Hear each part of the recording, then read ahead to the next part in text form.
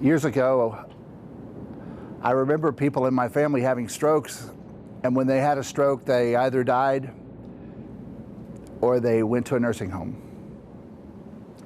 It's something where I can so understand how people are impacted by this trauma in their lives and the earthquake that it causes, not only in the stuff and the income and all of that kind of world, but in the inside world. Hi, my name is Sherry Morrow, and I have a sister. My sister Christine, my oldest sister, was in a car accident about 30 years ago and suffered a traumatic brain injury. And after her accident, we were all just devastated. She only had a 30% chance to live and didn't know if she was even, going to make it. They said if she did, it would be, she would be in a coma probably most of her life. She did survive. She did real well and went through therapy.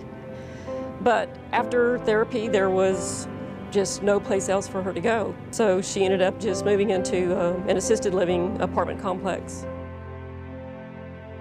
I got a phone call that my friend Dean had a stroke and was rushed to the hospital. And I was so scared. And I remember rushing into the hospital and going up to see him and getting to almost immediately go back to the room. And there he was, just like nothing had happened. I mean, there were no marks on him. He wasn't bleeding anywhere. His hair hadn't fallen out. He didn't have any bruises. But we just looked at each other. And I saw in his eyes everything that I knew to be Dean. But we couldn't speak. And it just ripped my heart out. And I thought, is this all there's ever going to be of Dean again?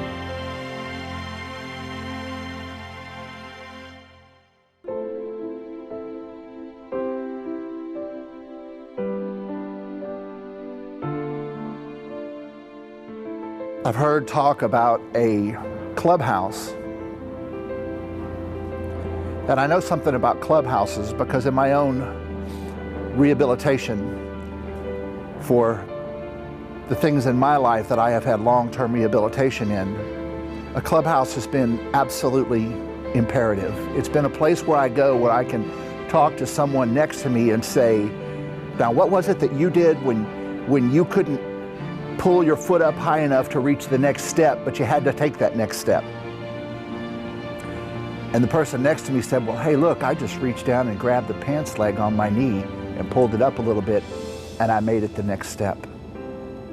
Because there's not always a professional there that's going to answer every question. And a clubhouse is a place where the people that have resolved these problems in their own lives are able to share those problems with one another, and the community of wisdom that has resolved it for themselves is passed on from one recovering person to the next.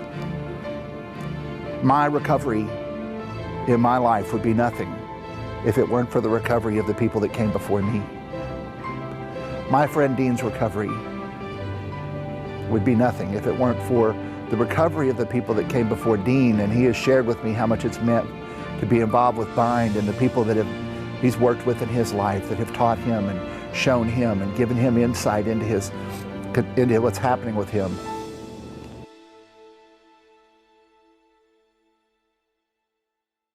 I'm Tiffany Sherrill, the program manager for Midwest Brain Injury Clubhouse.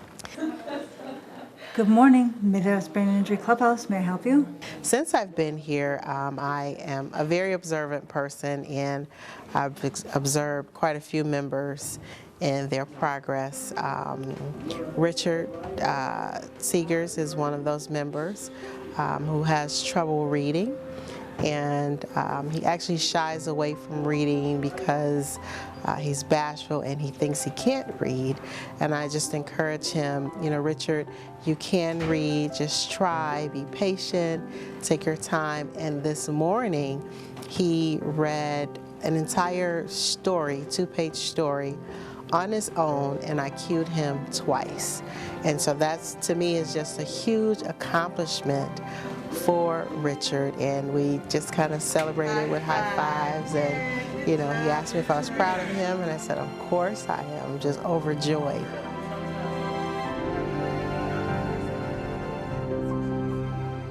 Other members I've observed is Becky, which was also pretty reserved and just kind of hung out. She's our artist, and she interacts more with the members on a day-to-day basis as well.